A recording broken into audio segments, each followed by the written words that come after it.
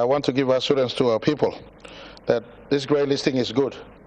As I work and this government work to grow the economy, it is of no avail if the economy is grown and people who profit from sharpening of public funds are still in existence in our economy. So this is a reminder for us to really tighten the game in respect to stopping money laundering in our economy.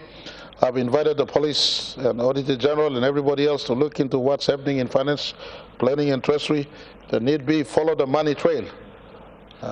This morning also, for instance, I wrote a letter to the police commissioner in the case of Paraka. Follow the money trail. Enough of biani paper trail taso. Look at my account. Money, it transfer from account to account, but not of hide. So follow the money trail. Pursue those suspicious transactions, suspicious accounts, and they predates not just the Marape also Pangu government's time, but right through the better part of the last 2 decades. And police will be at work to follow money trails, and once evidence of prosecution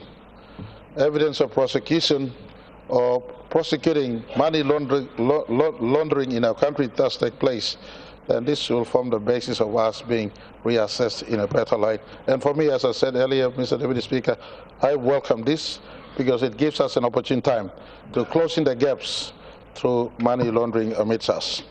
And I want to say that if I could ask, one of his questions was what are the negative impacts? We lived through this in 2014, 15, 16 thereabouts. We've got out of grey list. In all our major investors, they understand the PNG work environment. And so it does not affect Papua LNG in a big way, or Wafi Golpu, all our major foreign direct investment projects we have hanging to be processed are all okay. They understand exactly what we are doing. It will certainly cause a little bit of tight grip in your ID when you do bank transactions in our country, but it's about time we all are identified well as we do bank transactions in our country. We are managing the effect of this very closely. We are also managing monitoring the effect of the oil crisis that is happening as a result of war. So all in all, our Treasury and our National Security Advisory Team have been put on notice to look at the grey listing effect as well as the other effect as not to burden our businessmen and businesswomen and every legitimate transactors of our economy. Mr. Deputy Speaker, I want to ask if the good member could put his questions again in a formal writing to me.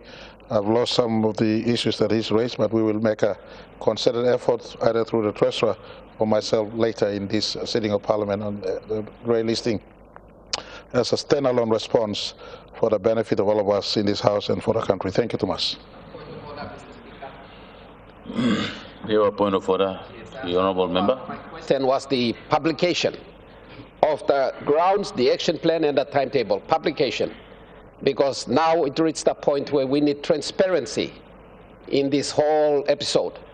So I need a clearer commitment from the Prime Minister that he's going to direct somebody to publish in the newspaper so that the people know and they will help the Prime Minister and his government to hold those departments to task.